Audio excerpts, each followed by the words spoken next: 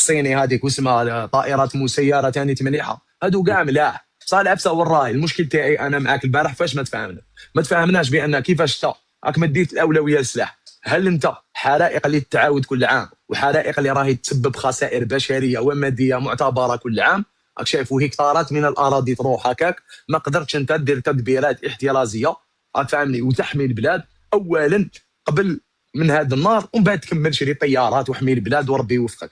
كيفاش انت دوله اللي هكا اكوتي عندها 5 طائرات كنادير هذوك الكبار وثلاثه رونوفاوهم 8 طائرات عندهم، هذوك الدوله اللي حرقوا 40,000 مليار وراو قالت لهم الفقر، هذوك عندهم 8 كنادير. وانت اللي تخرج كل يوم في لي ميديا نحن قوه ضاربه اللي يحب الدم يجي يقدم، راك فاهم ما قدرش تشري دي كنادير وتفروتيجي الناس. في البارح واش قلت لك ثاني هذه ونسكت نعطيك دير مداخله نعطيك الوقت وكاع. لا لي ماسك الحمايه المدنيه اللي شفناهم يقابلوا النار رافدين تويوات ما كانوش لابسين لي تونو تاع سبيسيالمون تاع الحرائق، يعني لي ماسك دوكسيجين وهذيك اللبسه مربيه وكذا ما شفتهاش انا عند الحمايه المدنيه، وإلا شفتها وريها لي. تفضل خويا هاي عندك 2 دقائق هضر واش تحب.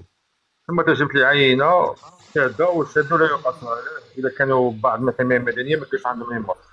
مي انا اللي بغيت نوصل لخويا الكوتي تاع الحرائق والقوه الحضاريه هذه ما تجوش غير لاجيري، تجي حتى البلدان الاوروبيه وجينا ما في البلدان الاوروبيه كما فرنسا اسبانيا فاغريس عندهم دي كاباسيتي بارابول لاجيري مساحه جغرافيه صغيره على لاجيري وما ديزيستيوش مع هذه القوه الحضاريه اللي توشتهم.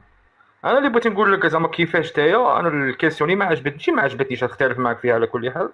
علاش لاجيري انا هذا السباق نحو التسلح باسكو انا رايي الشخصي التنميه المسار تاع التنميه ولا دفع العجله الاقتصاديه ولا لي بروجي اللي ديرهم تواكبها بخط موازي تنامي عسكري راك فاهم. وانا دائما المصدر تاعي نروح ميليتاري واتش هي اللي تصنف الجيوش حول العالم والمنظومه الدفاعيه والاسلحه الهجوميه اكسيتيرا اكسيتيرا. انا نشوف لاجيري دروك نجم نقول لك بلي من البلدان الناميه، وكي نقول لك من البلدان الناميه نجيب لك لي سيت مواقع عالميه موثوقه اللي تقيس نسب التنميه في شتى بقاع العالم، يعني محايده نجم حتى لو كان المسار هذا تاع المنحنى تاع التنميه يكون ضعيف، ولكن انا في التنميه ما تنساش باللي تبون كي جا في العهده تاعه الاولى جا شو ما بقاش هذايا خص يبنى عليها راك فاهم. الناس كانت تضحك على الديسكو اللي كنديرهم تبون سوا ديزون انا نطيب بالزيت تاعي انا نحبس الاستيراد تاع المايونيز تاع الكيتشوب. الناس دارتها بزاف في الكوميك هذه في الضحكه تاع هذا الديسكور، بس حتى لو كان تعرف شكون صار في وقت بوتفليقه كانوا يقفلوا لي فاكتير نهبط الخزينه العموميه بشتى مصراعيها اقتناء ابسط الاشياء يديروا لها استيراد شغل ارهقوا الخزينه العموميه. صافي حنايا ما نجموش اي حاجه بوزيتيف نديروا لها ماسك. نزيدك حاجه ثاني كاين شيف جديد عجبني بزاف انا واحد من الناس قال لك سوا ديزون لاجيري حاليا راهي صدرت 7 ملايير دولار من غير الاقتصاد الريع تاع البترول. هذه حاجه شوف ثاني صاحبي صح. وقت بوتفليقه تبون كان مع ويحيى لو كان نمشيو بمبدا قول لي مع من دور نقول لك شكون انت كيما يديروا الرائد مادام دور مع شوقي بن زهره وامير بيزاد انت خائن، فبالتالي تبون كان سراق ثاني لانه كان يقول لك باللي يا ودي ويحيى في خطابه كان خطاب يقول لك ان تبون رفيق ضربي صديقي الحميد هكذا. تبون كان مسؤول في وقت عصابه، هل تبون كان سارق ولا هو كان اقل الضررين يعني هو كان اقل سراق باش داروه رئيس؟ هذا يبقى السؤال للناس المعنيه بالامر.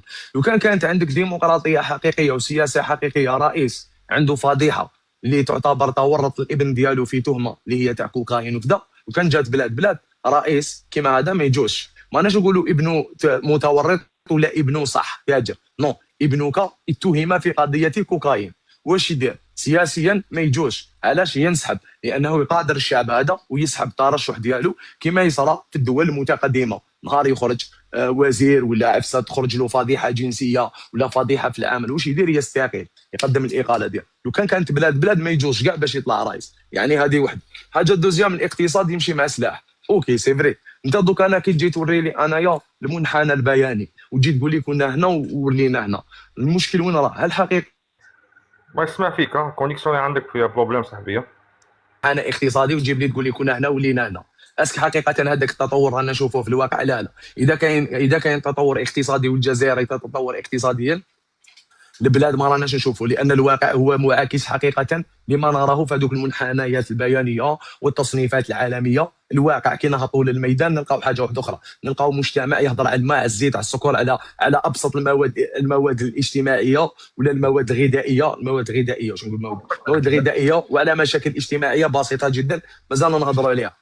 سباق دقيقه بك، سباق التسلح اللي تهضر عليه هو سباق تسلح عالمي. اليوم مع المغرب راك داير انت مشاكل تفوقها تسلحا، هذه ثاني تبي بالناس اللي راك تهضر عليهم وعندهم كذا وكذا وكذا، هذو اللي التصنيفات العالميه انت تفوق المغرب تسلحا. اذا كنت تواجه تحديات خارجيه، تواجهها بمبدا اول انك تقوي الجبهه الداخليه. اذا درت انت دي بروجي داخل البلاد وحميت البلاد وطورت من البلاد وخليت الشباب هذاك يخدم ويحب الانتماء، اللي يحب يدير له الانتماء للوطن ويحب البلاد ديالو، غدوه يواجه معك في اي تحدي خارجي يواجه معك. اسباب الحرائق مقبلاتك انا واش ناقشتك في الاستباقات، راك شايف الاحترازيه والعفايس اللي ديرهم قبل ما تشعل النار، وانت حكيت لي على اسباب الحرائق مهما كانت، راك شايف اللي هي جينيرالمون هذا العام قال لك القبه الحراريه، ولكن في الاعوام السابقه كان المخزن والماء. هذوما الحرائق انت واش درت؟ واش وجدت لهم باش كي يشعلهم المخزن ولا يشعلهم الحرائق الاخر؟ انت واش درت باش تواجههم؟ هذا واش قلت لك. قول لي دقيقه، هذه اخر نقطه تاع الحمايه المدنيه. قول لي حاله شاده والشاذ لا يقاس عليه. انا معاك، انا شفت الفيديوهات، مئات الفيديوهات تاع حمايه مدنيه يجروا ما عندهمش ميم با ماسك دوكسيجين. السلام عليكم، تفضل. هي شوف هذه ثلاث نقاط، نبدا من نقطه تاع تبون ونباصوها باسكو تاع هضرت شحال من سيجي. راك معايا؟ هضرت شحال من سيجي، هضرت سيجي واحد برك وكنتبعوا تلقى سيجي واحد. شوف نبداوها من تبون الجبهه الداخليه اكسترا، نبداوها من تبون نعرف واش صرا في 2017 ولا فصل من المعهد، فصل من المنصب طبيعي ما كتبقاش مع اوليغاركيا صح. الجبهه الداخليه كي تجي انا غنصور لك على المثالي اللي يهضر عليه افلاطون. انا ما تنقول لك بلي حنايا كيما سويسرا ونغمر لك مغالطات، تلقى عندنا مشاكل اجتماعيه سي فري ماشي بصح تمشي تقول لي دروك تمر لي مغالط، تقول لي عندنا بروبليم تاع الزيت والسكر ومش عارف شنو. هادو كانت عند ثلاث بيريودا وقت عندها 4 ولا 3 زون صرا بروبليم تاع كريس تاع الزيت وفارينه وهذه، وهنا نعرفوا شكون من موراها يداروا الاحتكار. شكون اللي داروا الاحتكار؟ بعض التابعين لرجال الاعمال ذاك المال الفاسد اللي كانوا في الحبس سوا ديزون كانوا مع الجناح الاول، ويديروا في السابوتاج لهذا البريزيدون ويديروا الندره في المواد الاساسيه باش يهيجوا الطبقه الاجتماعيه للدوله. بعد هذه قضاو عليها سي بون، جات هذه الازمه تاع 2 موا 3 موا. انا ندروك نخرج 12 تاع الليل نلقى سكينه حاله نتحداك اذا كاين مون في الحليب ولا الزيت ولا السكر بالفيديو. انا صح نسكن في كرون في وهران، عندي الماء عندي الضوء عندي كلش، ما نجيش نعمم الحاله تاعي على كاع مناطق في الجزائر باسكو لاجيري قاضي الله يبارك ما نمررلكش مغالطه. مي في كوتي تروازيام نعطيك مثال بالخارج، ندير لك اسقاط بالمثال بالشعوب الخارج، باسكو ما كاينش اللي كاين عايش العيشه تاع الترف كيما الشعب الخليجي صاي، كو لا قدره شرائيه ولا الدخل الفردي ولا الدخل السنوي، كانوا عايشين على بيان. اول امتحان حقيقي صار ضربه بين ايران والشرق الاوسط، لا قاعده العديد اللي موجوده في قطر اكبر قاعده امريكيه، لا قاعده تاع بريطانيا موجوده في الكويت، ولا القاعده تاع الفرنسي اللي موجوده في الاردن فيها طائره اللافا الفرنسيه. ما كانش واحد حامى عليهم، نهبوا حتى شبعوا، من بعد كي ما قدوش قالوا لهم خاطينا. ايوا راهم يتراموا بين اسرائيل وامريكا وايران. هادو الشعب الخليجي اللي باع ارضه وباع كلش. والله القدره الشرائيه والعيش الترف اللي كانوا عايشينه، باسكو الدوله ما عندهاش سياده، ما عندهاش جيش محترف، ما عندهاش جيش قوي. حنا نظريه سيغما، حنا نعطيك اكزومبل غير هذه، اسمح لي غادي تزيد على وقتي، زيد دقيقه من فضلك ومن بعد هضر اش تبغي. نعطيك اكزومبل، حنا اللي تعرف اللي كاين شعوب ولا دول تمارس عقيده ولا تبني هذه السياسه تاعها على عقيده، وكي تحارب على اساس عقيده. نعطيك اكزومبل في النظام الشاه اللي كان في ايران قبل ما يجي الخميني والثوره الاسلاميه اللي صرات، نقولوا حنايا سوا ديزون داروا هذاك المنطق تاع تختي وتفوت ونعيش غايه ونولي المعسكر الغربي. عندهم ايران عندهم كاع الثروات الطبيعيه والماديه وش سميها كي تبغي، عندهم بترول، عندهم الغاز، عندهم اكتفاء ذاتي، عندهم كلش. علاش دخلوا روحهم في هذا النفق؟ انا شاد دخلني في النووي، علاش نخصص في اليورانيوم نولي معسكر غربي كما كان وقت النظام الشاه وخاطيني مشاكل والسلام عليكم. بصح كانوا ينجموا يتمشوا بهذا المنحنى، تحملوا حصار تاع 49 سنه، حتى العمله تاعهم خرجوها من السويفت، تحملوا كافه الضغوطات.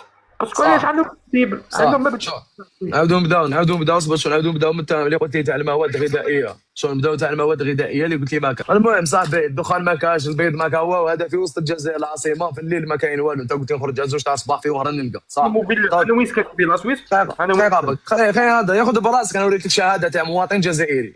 انت دوكا صاحبي انت دوكا كيما انت جزائري وهو جزائري، ناخذ بيك انت ولا بناخذ به هو، تسمى نقعدوا في الوسط ماشي مشكل.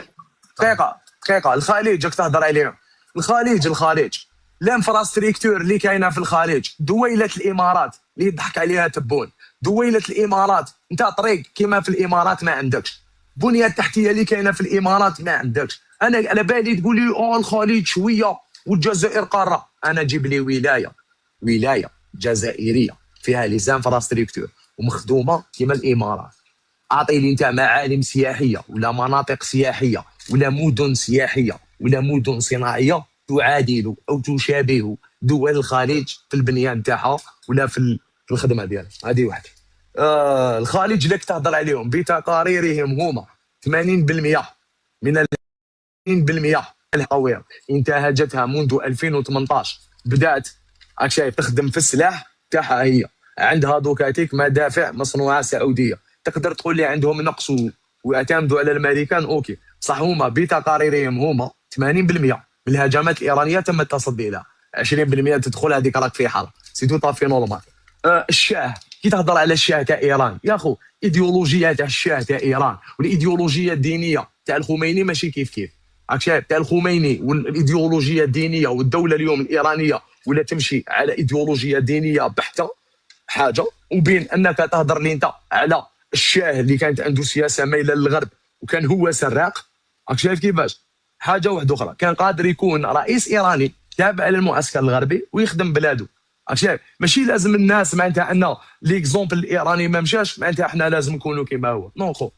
راك شايف انت الجزائر اليوم بالعفايس اللي كاين في الجزائر اليوم داروا عفسه ينفيستيو وداروا باش يخدموا واش يجيبوا 6 ملايين سائح، يعني جابوا باش داروا قوانين اليوم مشاريع باش يجذبوا 6 ملايين سائح. يعني انك انت عندك عجز في استغلال الجزائر القاره في ميدان السياحه. يعني انت السياحه في الجزائر همشتها، ماشي ما حبيتش همشتها.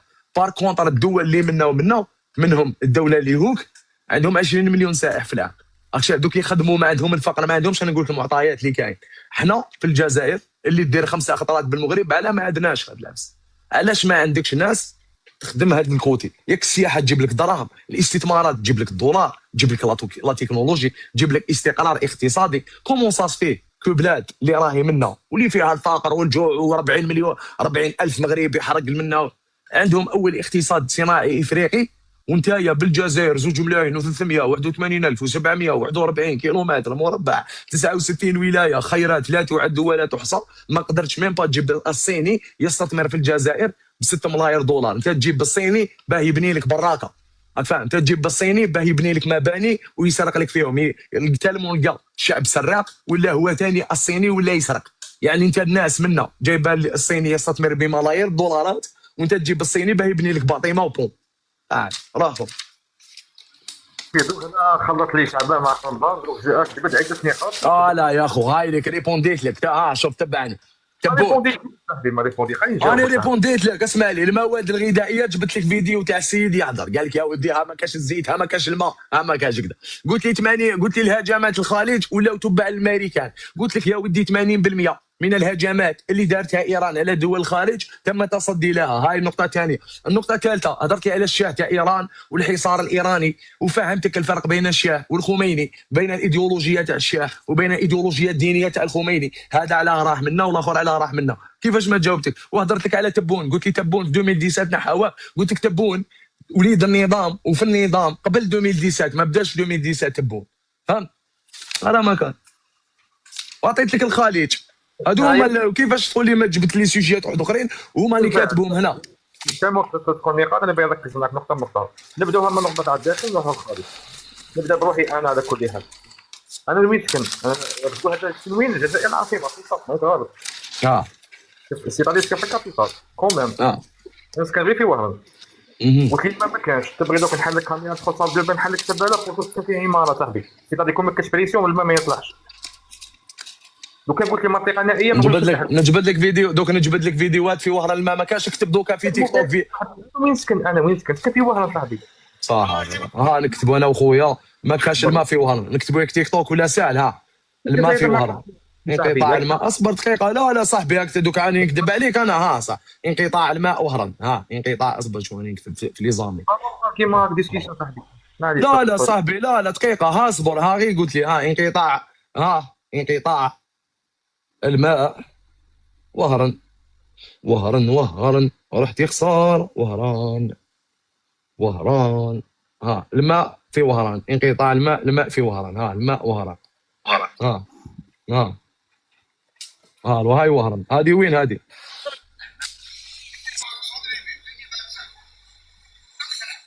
صح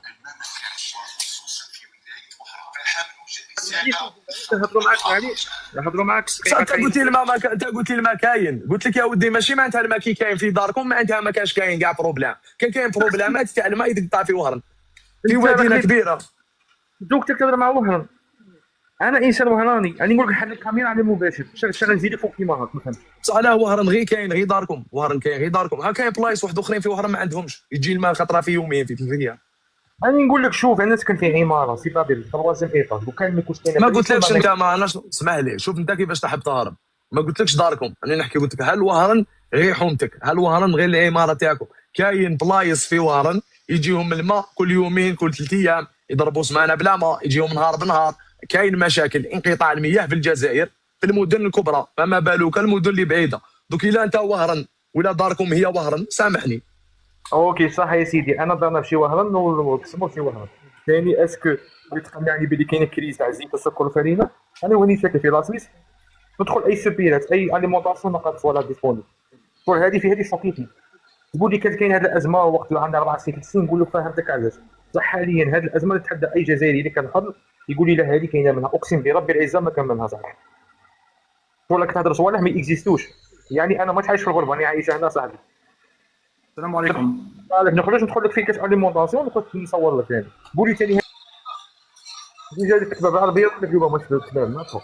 ازمه زيت هذه ازمه زيت لو 1 2 2026 هذه لو 1 2 2026 كالكو موا اون اريا. زيد نجبد لك تحب زيد نجبد لك زيد نجبد لك. كاين فيديوهات صاحبي كي نقول لك بلي كاين مشاكل اليوم مشاكل. ما تخلينيش نجبد لك طبيب العجلات، ما تخلينيش نجبد لك جزائري حاكم بنو يدير له اوبيراسيون يوبيري له في الكبده عنده بروبليم بنو عنده بروبليم في المراره. ما تخلينيش نجبدهم لك يا طبيب العجلات. نتقدموا في الحوار ثم تجبد المشاكل باثر رجعي. جبد لي مانيش نجبد لك مانيش نجبد لك باثر. راني نقول لك انت نقول لك كاين تقول لي ما كاش. قول لي كاين مشاكل وندوزو ماشي تقول لي ما كاش. كيف نهضر لك على مشاكل شي عايشه نقول لك كاينين هذيك ما كاينش صاحبي. يا خويا دبر راسك. وهران اللي عايش فيها ماشي هي وهران تاع الجزائر. وهران تاعك تاع برو ماكس. انا نحكي على وهران تاع الجزائر خويا.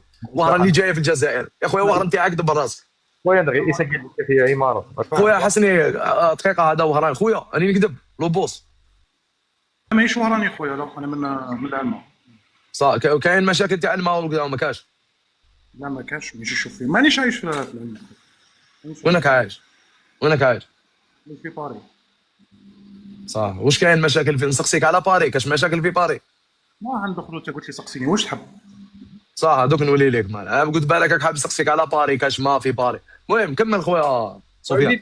اللي تصدرت لهم كانت جوج منظومات رادار. منظومه رادار دفاعيه رادار تاع رادار سوا ديزون في واحد في الامارات وواحد في الكويت. المسيره ديال $500.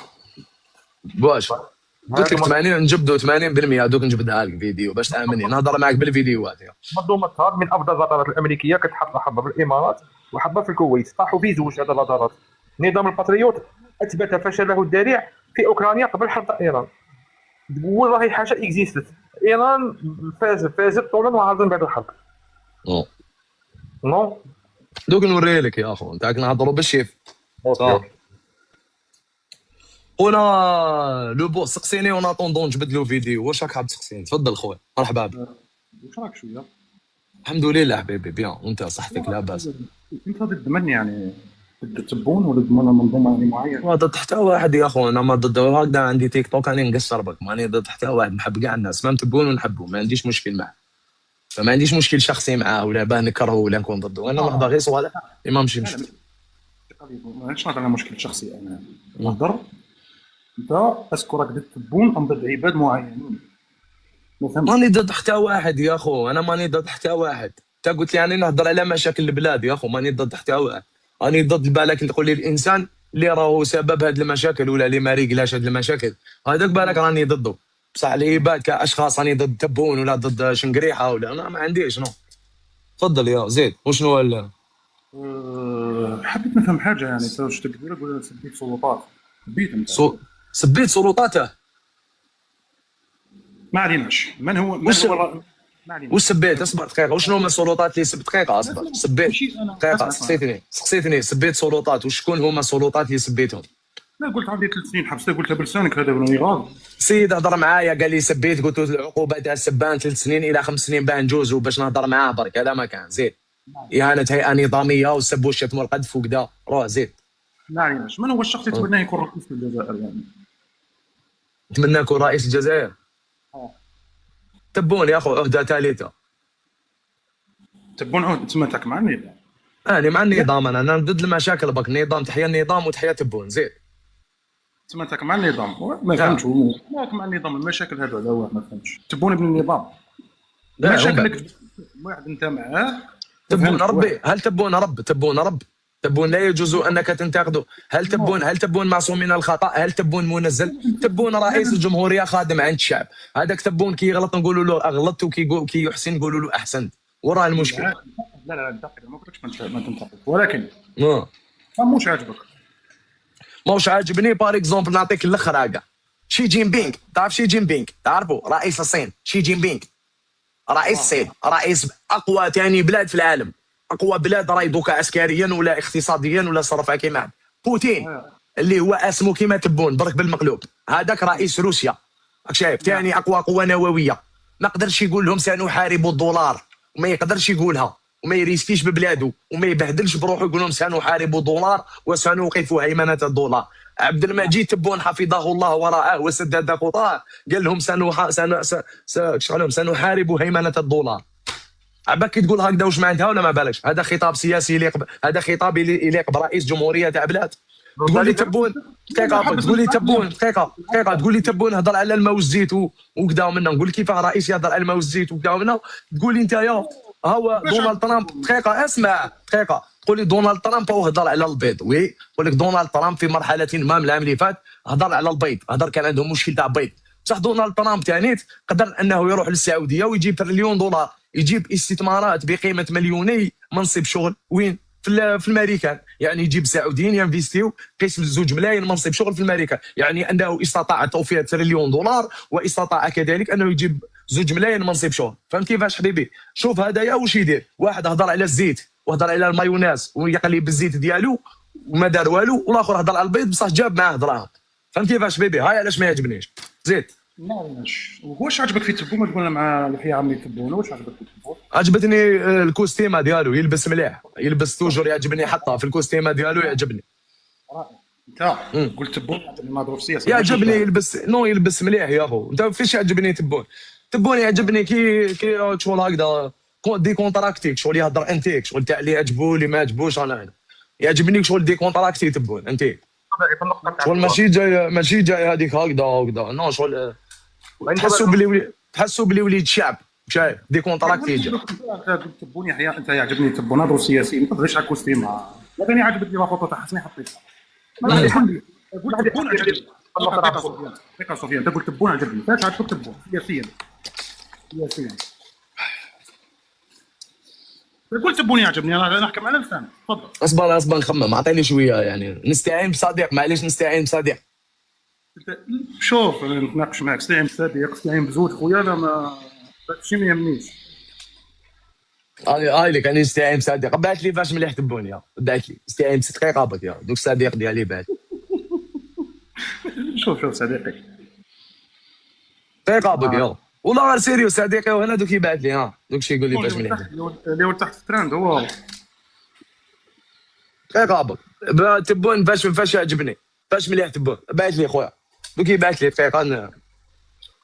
في او قال لي في طاطا اختك قال لي هذا اش عجبو دابا هو سيد صاحبي هذا الجواب مليح جواب مليح هذا ولا ما راك طيح والله ما راني نطيح والله راه لو كان نوريك والله غير اكتب لي في طاطا اختك هل هذا لا انا استعنت بصديق هذا الجواب ديالي عجبك ما عجبكش نورمال تعترض عليه ولا يا عجب انت كنت تعجبني تبون مش انا نفس